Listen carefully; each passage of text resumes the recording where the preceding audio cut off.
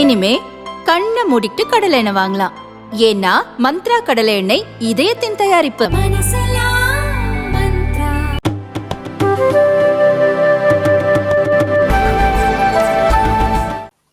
Srimati Darshana Ben Jodosh. Incidentally, while she does represent Surat as a member of parliament, she also comes from a tailor's family, Darji.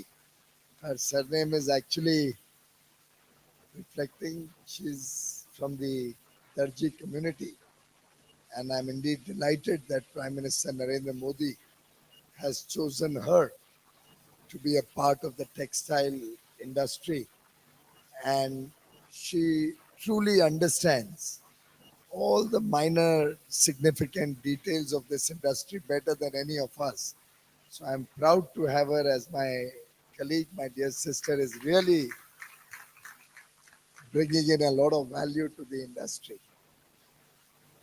My good friend Thiru R. Gandhi, who not only is the Minister for Handlooms and Textiles from the government of Tamil Nadu, but is also somebody who's always smiling. And that positivity that he brings also encourages better outcomes, better results. Of course, you may land up thinking that this is a mutual admiration society. But truly, it's been a pleasure working with Thiru Gandhi. He comes very often with good suggestions, and I hope we can continue to remain friends. And the good part is that Prime Minister Narendra Modi has always held the view that governments can keep, politicians can keep jostling and keep having their point of view during elections. But after elections, we must work for the welfare of the people, welfare of business, welfare of the country. And the whole of the government, whether in the center, whether in the states, all have to work collectively in the spirit of cooperative federalism for a better future for all our citizens. And in that same spirit, my other friend, Thiru Sakarapani, who handles food and civil supplies in Tamil Nadu, also somebody with whom I share a very good relationship, whose support I get very often when we are having the food ministers meetings. And I must say that the good part is that the positivity that is generated from friends and colleagues like Gandhiji and Sakarapaniji helps in serving the people of Tamil Nadu even better. Thank you for your cooperation. Our very respected sister, colleague, the president of the Bharatiya Janata Party Mahila Morcha, All India President, and your own local Coimbatore South MLA, has always been a source of inspiration. She has worked in Tamil Nadu in very difficult circumstances, building the party brick by brick, and hopefully in the near future, she'll build it to become so big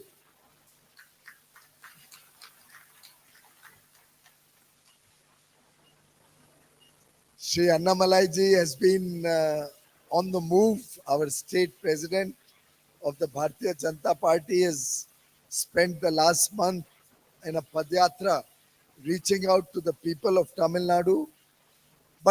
And I told him, you need not come all the way to Coimbatore, even though I'm coming. But I'm really grateful to him that he took the time, came all the way to Coimbatore to join us today. Thank you, Annamalai-ji. Young, very dynamic, comes, you were an IPS officer who has served the people of Tamil Nadu with great distinction.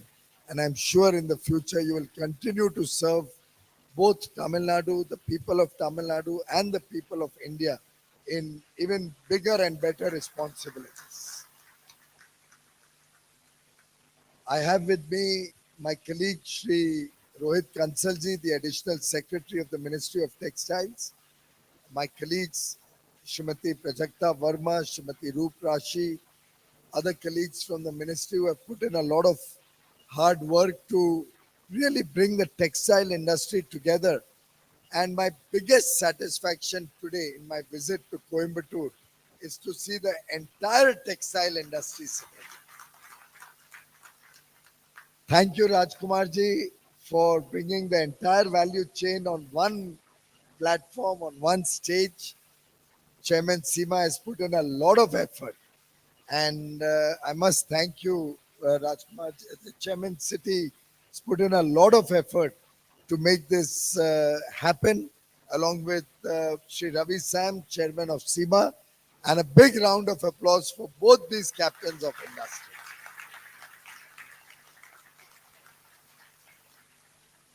Sri Rakesh Mehraji, Vice Chairman of City, all my other colleagues who have joined us in today's program, on and off the dais, Shri Premal Udaniji, past Chairman of APC, Padma Shri A. Saktivelji, President of FIO, another stalwart of the textile sector, somebody who also comes from a police family. Tamil Nadu mein there's something special. But somebody with a great deal of positivity. And I'll share this with you. Last year was a difficult year. Everybody felt exports cannot be sustained after growing from $500 billion to $675 billion in 1 year from 2021 to 22-23. Such a massive growth cannot be sustained. And times were tough. Ukraine conflict was going on. COVID had not yet got over. Everybody was very pessimistic, except one man, Dr. Saktivel. In every meeting, he would speak with positivity. He would say, you don't worry, exports will grow by $100 billion. And I could see that everybody, whenever we had engagements with exporters, export organizations, Export Promotion Council, there was a lot of doubts whether this can happen. But in every meeting, he would consistently say, sir, it will grow by $100 billion. And lo and behold, our exports last year grew from 675 to $776 billion. So only in 2 years, India is a rare bright spot in the global economy, where in only 2 years, despite the COVID pandemic, despite the war conflict in Ukraine, despite recession in large parts of the world in the developed countries, despite high inflation, with all these problems, high interest rates, not only did India come out as the fastest growing large economy, not only did India become the 5th largest economy in terms of size of GDP, not only have we been able to maintain the lowest inflation in the last decade, first time in 75 years, we had 9 years of relatively low inflation, but we also grew our exports from $500 billion to 776 in only 2 years. 55% growth. 55% growth in only 2 years.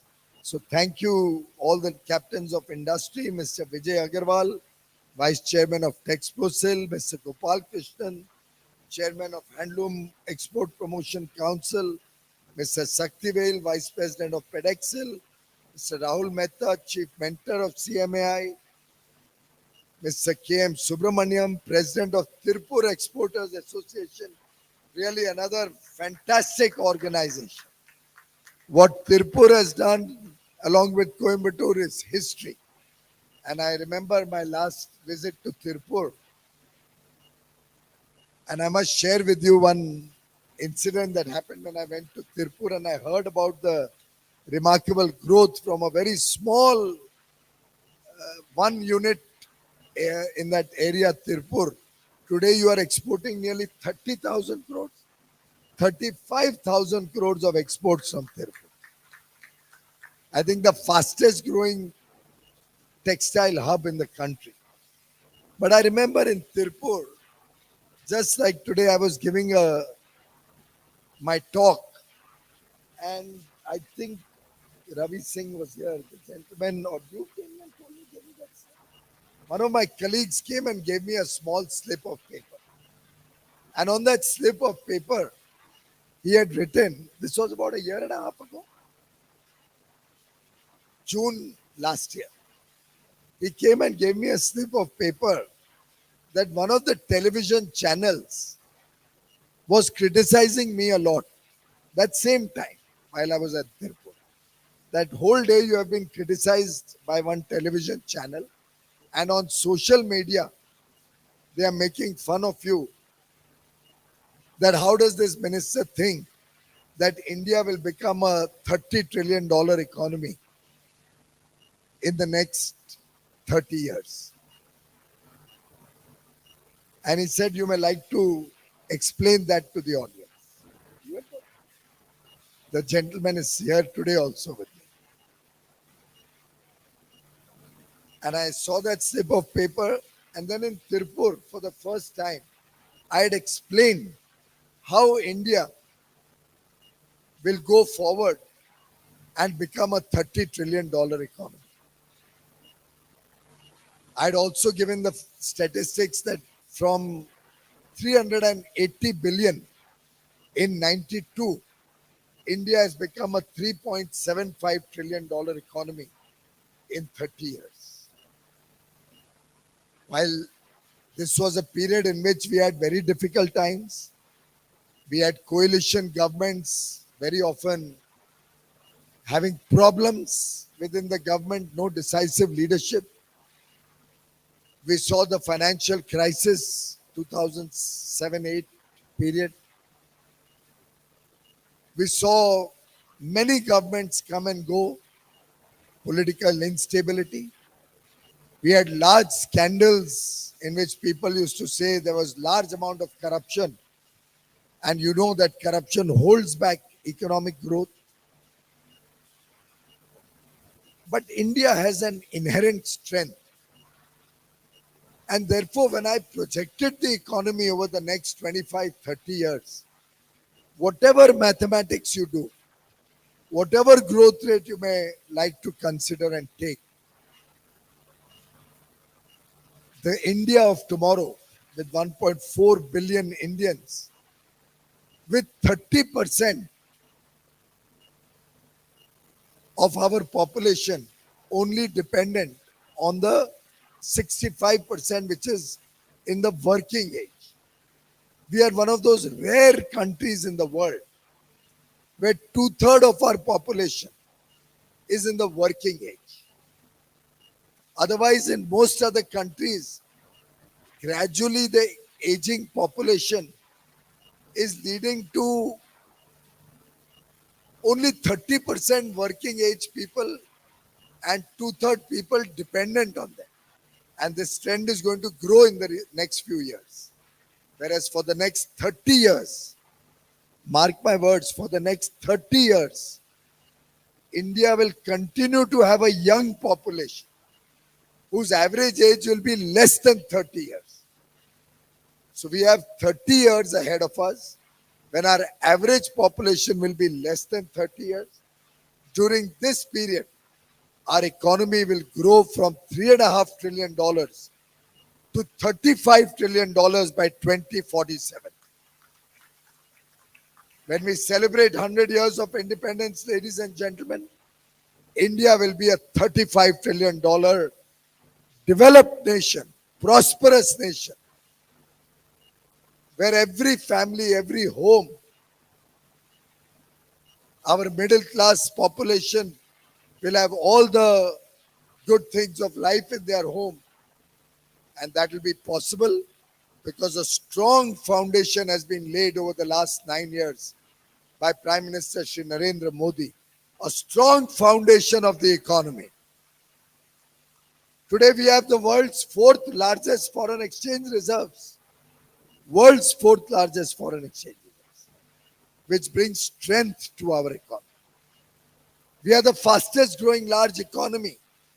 And even if we continue to grow at this pace, while I think we will grow even faster in the years to come, even if we grow at this pace, we will cross $35 trillion when we are celebrating 100 years of independence. We have brought in an era of political stability with an absolute majority government and a decisive leader, Shri Narendra Modi ji, bringing welfare to the people of India, bringing stability to the economy, bringing political stability, and most important, a corruption-free government, the need of the hour.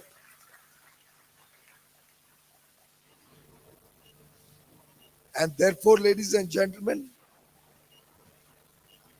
when we are assembled here today in Tamil Nadu,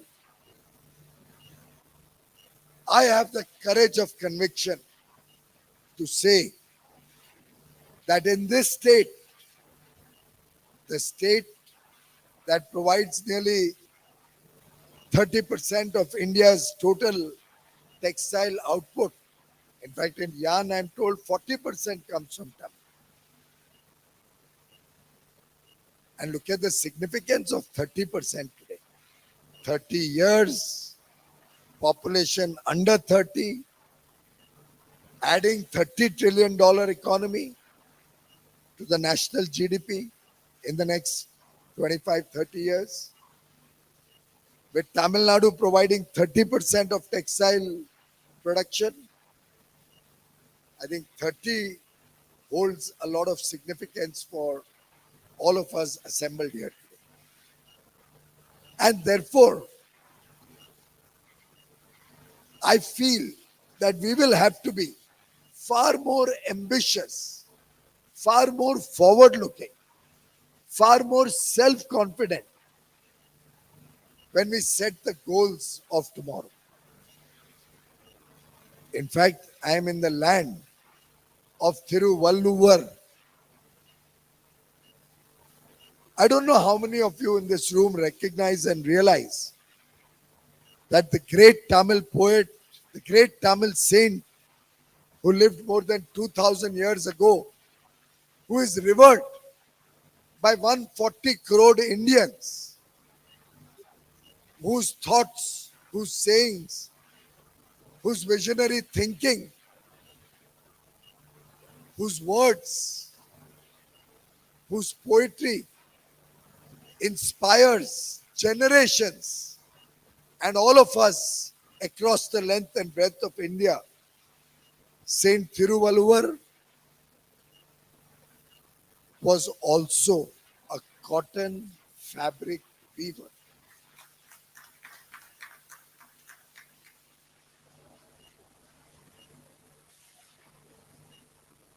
Thiruvalluvar wove beautiful fabrics. He also made beautiful saris out of cotton and sold them in the local market. He never got angry. He never used bad words. Never shouted at anyone. I think I could also learn a lesson from Thiruvalluvar. I'll have to stop shouting at both my officials and at the industry. But you will appreciate that I shout only for the good of our industry. I want to get the best out of all of you. I want you to outperform yourself. I want extraordinary performance from our whole team. But Saint Thiruvalluvar was a man of peace. And when I was reading about his book of teachings, Thirukural, it's a greatly loved and respected book even today. I came across a small story from his life. When an arrogant, rich young man wanted to try and make him angry, reduced his beautiful fabric to rags. He tore it apart and made it into a rag just to try and make the saint angry. Even then, he did not lose his temper. In fact, he even refused to take money for that fabric. The rich, arrogant boy tried to show his richness by saying, I am giving you money for that fabric which I have reduced to rags and dust. Saint Thiruvalluvar refused to take money. He said that now this beautiful fabric has been reduced to rags. It is worthless. I will not take money from you. That is the strength of Tamil culture, Tamil teachings, Tamil heritage, Tamil traditions. And that is what makes all of us proud. That Tamil Nadu, the people of Tamil Nadu, the values of Tamil Nadu give us so much to learn, so much which will help us to prosper, to progress. And therefore, when my sister is saying she's come to Coimbatore 6 times, Anamalaiji, you said 2 times, but I've come a 3rd time. Vantiji will remember when I had come to celebrate Shivratri at Isha Foundation, where the Adipurush beautiful sculpture is also there. So for all of us, it is a matter of pride that Tamil Nadu is making rapid strides, and Tamil Nadu has the power to bring the entire industry together.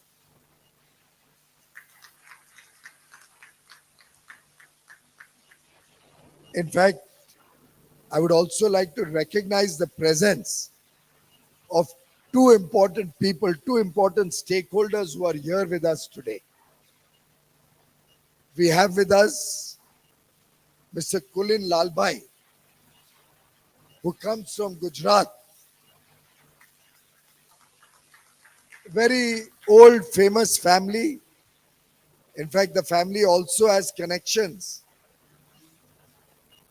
with Vikram Sarabhai, who was one of the doyens and the pioneers of the space mission of India.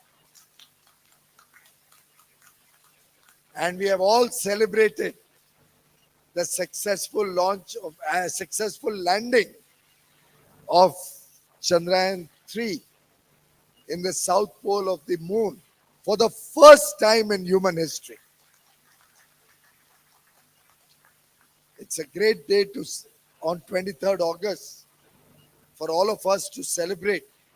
And I'm delighted that we have a member of Vikram Sarabhai's family with us here today.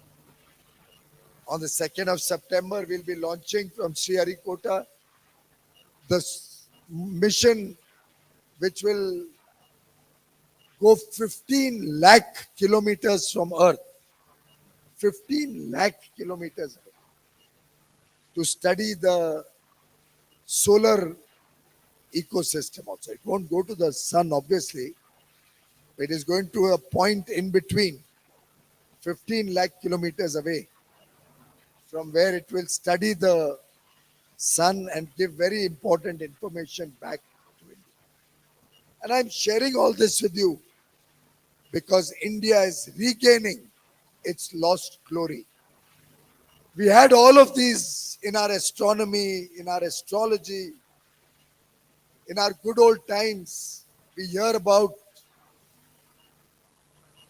the rich treasure of knowledge that India had. We are regaining that richness. We are regaining the glory of India. And we are indeed delighted that the textile sector is also not far behind. In fact, Coimbatore is also called the Manchester of the East, of South India. Manchester of South India. I hope the FTA with UK will help us get back that glory where we will be sending our textiles to the United Kingdom, and where their textiles had come and hurt our farmers, our industry. I don't want to hurt anybody because that is not in the DNA of India, but we'll certainly capture the markets of Europe, markets of UK, and markets in other countries with the wonderful work that all of you are doing. Friends, I would also like to recognize the presence of Mr. Sanjay Jayavardhan Velu of Lakshmi Machine Tools.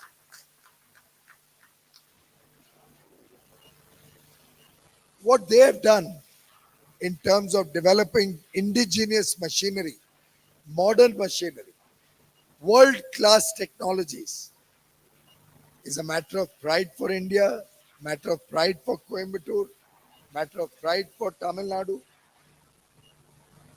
because we cannot afford to remain dependent on foreign countries for high quality machines and machine tools. And in the days and years to come, I'm sure India will become the supplier of high quality machines. They're already exporting, but we should become world leaders in machinery and machine tools, get the best of technologies from anywhere in the world. And I'm hoping that we also do a free trade agreement with EFTA, Switzerland, Norway, Liechtenstein, and Iceland. And Switzerland, Norway, these are countries who have large investment ability and a lot of innovation and a lot of great technical abilities, machine abilities. In fact, a lot of machines that came to India also came from Switzerland in the initial years. I hope we can do collaborations and start making all of that in India so that our textile industry can go to greater heights in the years to come. I must also today express deep satisfaction that Seema gave me an opportunity to recognize and respect the first finance minister of India, Shri Thiru Chanmuganam Chetty, who was the founder of Seema also, and somebody who makes every Indian proud. The budget he presented in 1948, India's very first budget, was a very powerful document. In fact, in an earlier program, I had read out the last paragraph of his speech, and it is relevant even today when the world is going through very difficult times, when the world is witnessing a war, where the world is seeing recession in large parts of the developed regions, where we have just barely come out of COVID. In difficult times, we have an opportunity to give extraordinary results by converting the crisis into an opportunity. And India has the capability. We Indians have the capability to do it. Thiru Chetty had mentioned that when in that speech, famous speech of 1948, in fact it is there, he had talked about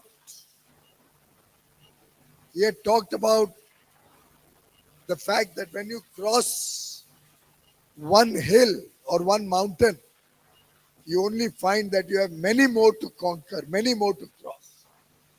If I can quote from his speech,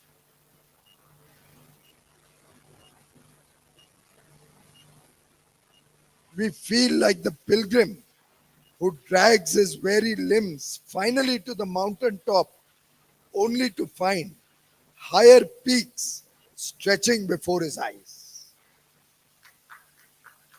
I think the textile industry today is at that cusp where we have done some really wonderful work, but we cannot rest on our laurels.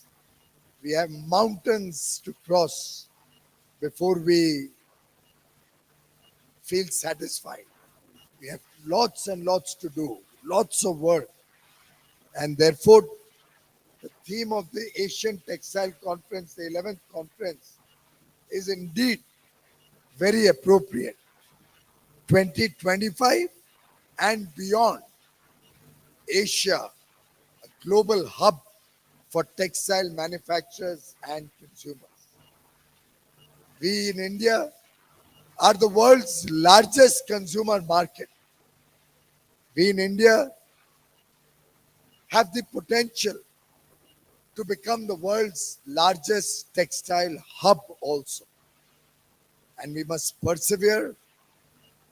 Our entire textile value chain will work together, weaving tradition and innovation, weaving together culture and commerce, bringing together history and modernity, creating fabrics that bind our economies.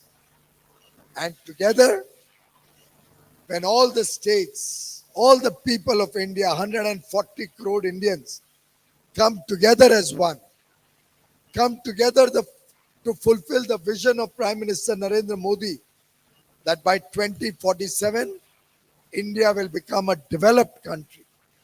Come together to remove the last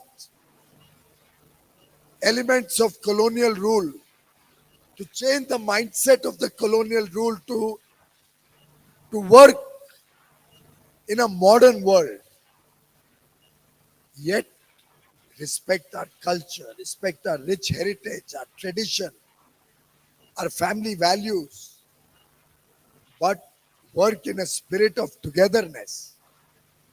Unity and integrity of India is paramount. We have to ensure we all work keeping the nation first. India, Bharat has to be the center, the vision of India, the vision of Bharat, the vision of one nation has to be paramount. And when we work with a spirit of duty, when 140 crore Indians make this our duty to make India a developed nation, to take prosperity to every home in the country, when we work with a spirit of inclusive growth and sustainable growth, friends, as the Honorable Prime Minister said, and I quote, India of today doesn't stop, doesn't get tired, and doesn't give up.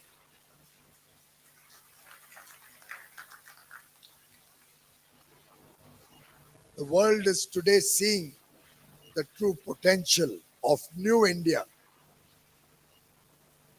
The G20 summit is a one in a kind. I've attended G20 summits in other countries.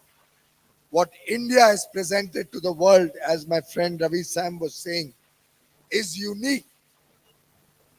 G20 reached every nook and corner of India. Today, 140 crore Indians are celebrating India's presidency of G20 under Prime Minister Narendra Modi. Today, the whole country recognizes our growing importance, our growing relevance in the world. World leaders are talking about Prime Minister Narendra Modi's popularity. World leaders are saying Modi is the boss. You heard that? World leaders today are saying Narendra Modi is the most loved leader in the world. Only yesterday, I think, the latest Pew Research survey came out. For 9 years in a row, Mr. Modi has created history by being the most popular leader in the world continuously for 9 years. He must be amongst the only few leaders in the world who has received the highest honors from so many countries around the world. 15 countries around the world. And the most recent was the honor he got in Greece. 15 countries of the world have bestowed high honors on Prime Minister Modi. 5 international organizations, collectively 20 such awards And what has Prime Minister Modi said? All these awards are dedicated to 140 crore brothers and sisters, his family. He has accepted these awards on behalf of all of us because he truly looks upon us, 140 crore Indians, as his family, having dedicated his whole life for the service of the nation. And this is the recognition of your abilities, your talent, your skills, your true potential. Ladies and gentlemen, it is our duty not to let down our future generations. We are privileged to be living in these times. We are privileged to have an opportunity to serve our motherland.